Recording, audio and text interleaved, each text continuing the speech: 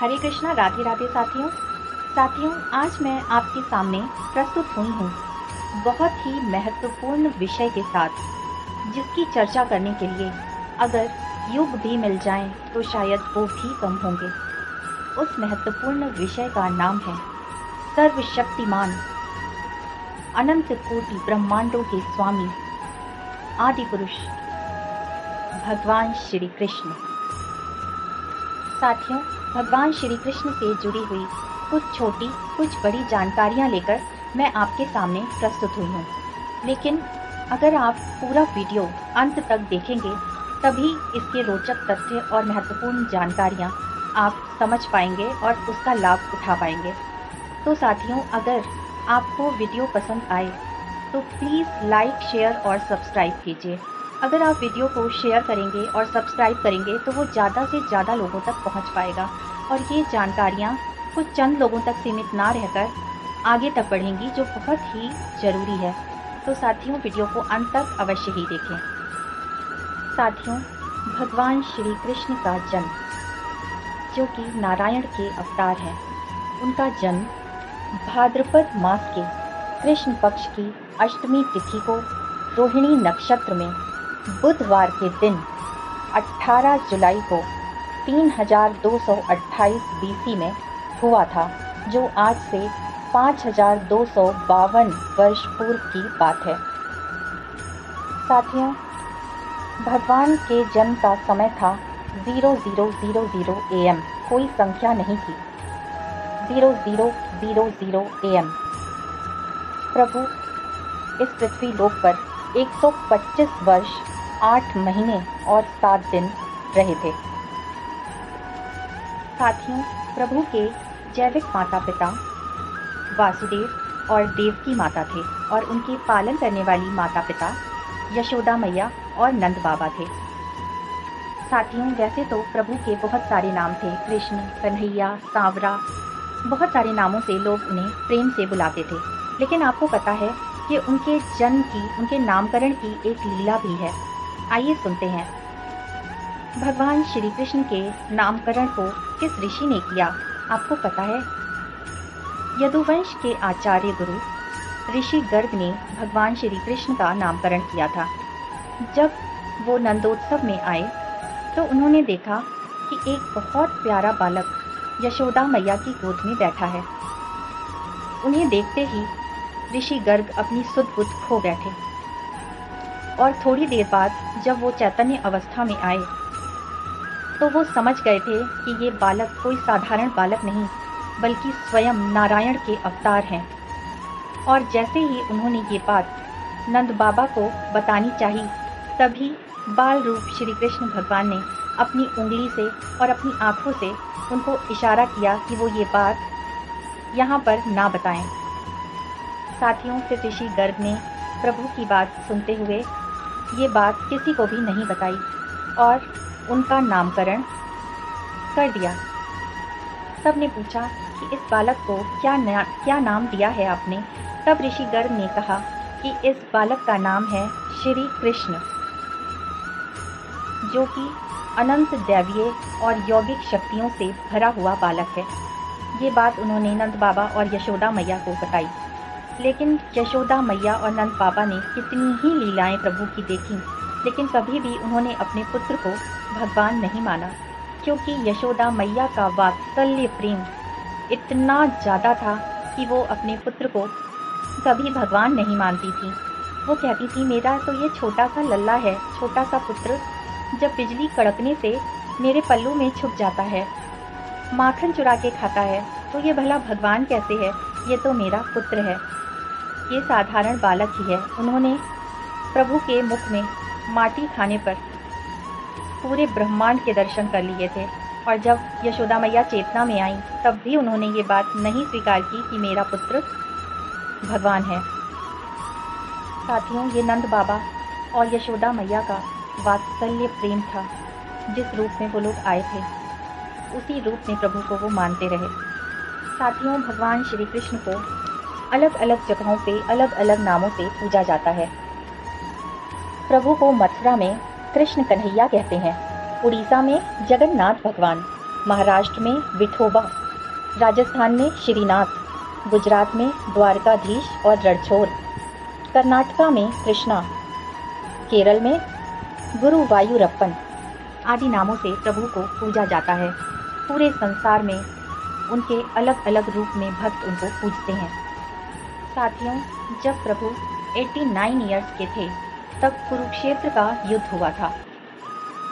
और आपको पता है, भगवान के 4 आयुध हैं, जिसमें प्रभु का धनुष है, उस धनुष का नाम है शारंग। प्रभु की गदा है, गदा का नाम है कौमोदकी। शंख, शंख का नाम है पांचजन्य। और प्रभु के चक्र का नाम है सुदर्शन चक्र। प्रभु के सारथी का नाम है दारुक। साथियों, आपको पता है कि प्रभु की एक बहुत विशाल नारायणी सेना है, और वो नारायणी सेना में जितने भी सैनिक हैं वो साक्षात मृत्यु के तुल्य हैं। साथियों, वो बहुत ही पारंगत हैं। कलारी पट्टू विद्या में वो सभी सैनिक पारंगत हैं और भयंकर प्रहारक हैं। भगवान श्री कृष्ण की नारायणी सेना जैसी कोई भी सेना आज तक न हुई थी, न होगी और न ही है। साथियों, महाभारत का युद्ध शुरू होने के पहले दुर्योधन कौरवों की तरफ से और पांडवों की तरफ से अर्जुन भगवान श्री कृष्ण के पास गए युद्ध में सहायता प्राप्त करने के लिए। उस समय भगवान श्री कृष्ण विश्राम कर रहे थे, तो अर्जुन भगवान श्री कृष्ण के चरणों के पास बैठे और दुर्योधन उनके सर के पास बैठा। जब प्रभु की आंख खुली तो उन्होंने सबसे पहले अर्जुन को देखा। तब अर्जुन से कुशल क्षेम पूछकर उन्होंने कहा, क्या कारण है आने का? तब अर्जुन ने कहा कि हे भगवान, आगामी युद्ध की सहायता के लिए मैं आपके पास आया हूँ। और उसके बाद दुर्योधन ने तुरंत ही कहा कि मैं भी आपके पास आगामी युद्ध की सहायता के लिए आया हूँ। तब प्रभु ने कहा कि मैंने सबसे पहले अर्जुन को देखा, तो अर्जुन को सबसे पहले अधिकार है सहायता प्राप्त करने का। तब दुर्योधन ने कहा, लेकिन अर्जुन से पहले मैं आया था, इसलिए मेरा अधिकार है आपसे पहले सहायता प्राप्त करने का। तब प्रभु ने कहा, ठीक है, तुम दोनों में से जिसे जो चाहिए वो ले लो। मेरी नारायणी सेना और मैं दोनों ही तुम्हारे लिए प्रस्तुत हैं। तब अर्जुन ने प्रभु को मांगा, जिससे दुर्योधन बहुत प्रसन्न हुआ, क्योंकि वो चाहता था प्रभु की नारायणी सेना ही उसे मिले, और अर्जुन भगवान श्री कृष्ण को चाहते थे। तब भगवान श्री कृष्ण ने कहा, अर्जुन अकेले मुझे लेकर क्या करोगे? तो उसने कहा कि प्रभु आप हैं तो इस युद्ध में मेरी विजय निश्चित है। और दुर्योधन तो भगवान की नारायणी सेना के बल पर ही युद्ध को जीतना चाहता था। लेकिन इस युद्ध में विजय किसकी हुई ये हम सब जानते हैं।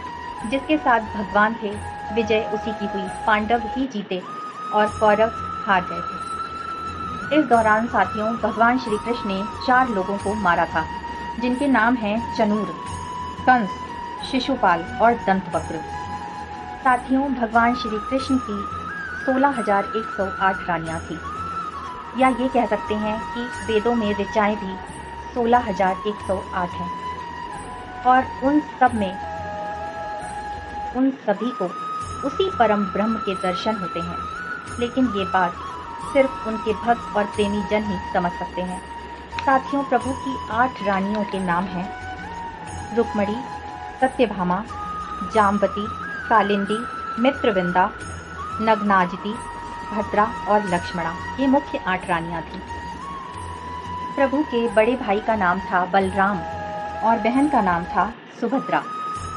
प्रभु जब गोकुल से वृंदावन आए तो उस समय उनकी आयु मात्र 9 वर्ष की थी।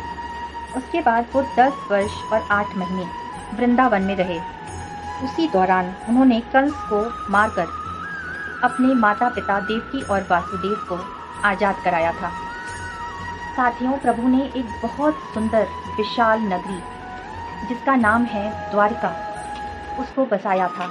उसका एक एक भाग, एक एक कोना प्रभु ने स्वयं रचाया और बसाया था। कहते हैं वो द्वारिका नगरी इतनी सुंदर थी कि उसको कोई वर्णन भी करने में समर्थ नहीं है। और प्रभु ने उस द्वारिका नगरी को अपने जाने से पहले पानी में डुबो दिया था। बहुत सारे वैज्ञानिक आज भी उस रहस्य को जानने में लगे हैं, लेकिन अभी तक किसी को पूरी सफलता नहीं मिल पाई है। साथियों, इस पृथ्वी लोक पर प्रभु 125 वर्ष 8 महीने और 7 दिन रहे थे और इस दौरान न जाने उन्होंने कितनी ही लीलाएं करी, कितने उद्धार किए और कितनों को सुंदर शिक्षाएं दी।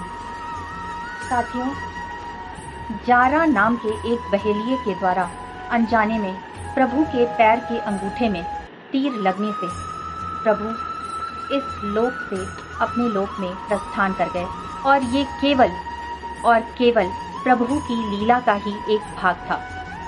प्रभु जो लीलाएं और जो शिक्षाएं देने आए थे वो उन्होंने पूरी कर ली थी और फिर प्रभु इस पृथ्वी लोक से अपने लोक में प्रस्थान कर गए थे। साथियों, वो तिथि थी 3102 BC और तिथि थी 18 फरवरी, जब प्रभु इस लोक से अपने लोक को प्रस्थान किए। साथियों, जब प्रभु श्री कृष्ण रूप में आए तब भी और जब श्री राम रूप में आए तब भी जीवन में कितने संघर्षों, दुखों और कठिन परिस्थितियों के बावजूद भी उन्होंने कैसे अपने दायित्वों को निभाया, ये शिक्षा उन्होंने पूरे संसार को दी। भगवान श्री कृष्ण से पहले उनके जैविक माता पिता देवकी और वासुदेव इतने वर्षों तक उन्हें नहीं मिले और जब मिले उस समय उनके पालन वाले माता पिता यशोदा मैया और नंद बाबा उनसे छूटे। इतनी प्रेम करने वाली गोपियाँ और राधा रानी भौतिक रूप में उनसे छूटी, उनके मित्र छूटे, उनका प्रेम छूटा, फिर भी प्रभु ये सब छोड़ कर भी अपने दायित्वों को किस तरह पूरा करते रहे। महाभारत का युद्ध हुआ जहां उन्होंने अर्जुन के माध्यम से संसार को कर्म प्रधान है इसकी शिक्षा दी और न जाने कितनी लीलाओं से उन्होंने कितनी ही शिक्षाएं दी इस संसार को। प्रभु से कठिन जीवन क्या है किसी मनुष्य का इस संसार में। साथियों, जब वो श्री राम रूप में आए तब भी उनसे इतना बड़ा साम्राज्य छूटा। 14 वर्ष नंगे पैर जंगलों में यहाँ वहाँ प्रभु भटकते रहे। उनकी पत्नी माता सीता उनसे छूटी, रावण के द्वारा अपहरण किया गया, इतना बड़ा युद्ध हुआ और उसके बाद उनके पुत्र लव और कुश, जिसका पता भी प्रभु को इतनी वर्षों तक नहीं चला था, क्या उनसे भी कठिन जीवन किसी मनुष्य ने जिया है? तो प्रभु इतना कठिन जीवन जीकर और इस संसार को तो भी अपने दायित्वों का वहन कैसे किया जाए शिक्षा देकर गए। तो साथियों, इससे हम सबको सीखना चाहिए कि प्रभु हमें क्या सिखा कर गए हैं, किस तरह से सब कुछ छूटने पर भी अपने दायित्वों का वहन करते हुए, कर्म प्रधान मानते हुए इस संसार से चले जाना ही सबसे बड़ी विजय है। तो साथियों, अब इस वीडियो को थोड़ा विराम देते हैं और फिर मैं अपने चैनल कृष्णा माखन चोर पर और महत्वपूर्ण जानकारियाँ और रोचक वीडियो के साथ फिर उपस्थित होंगी। तब तक के लिए राधे राधे।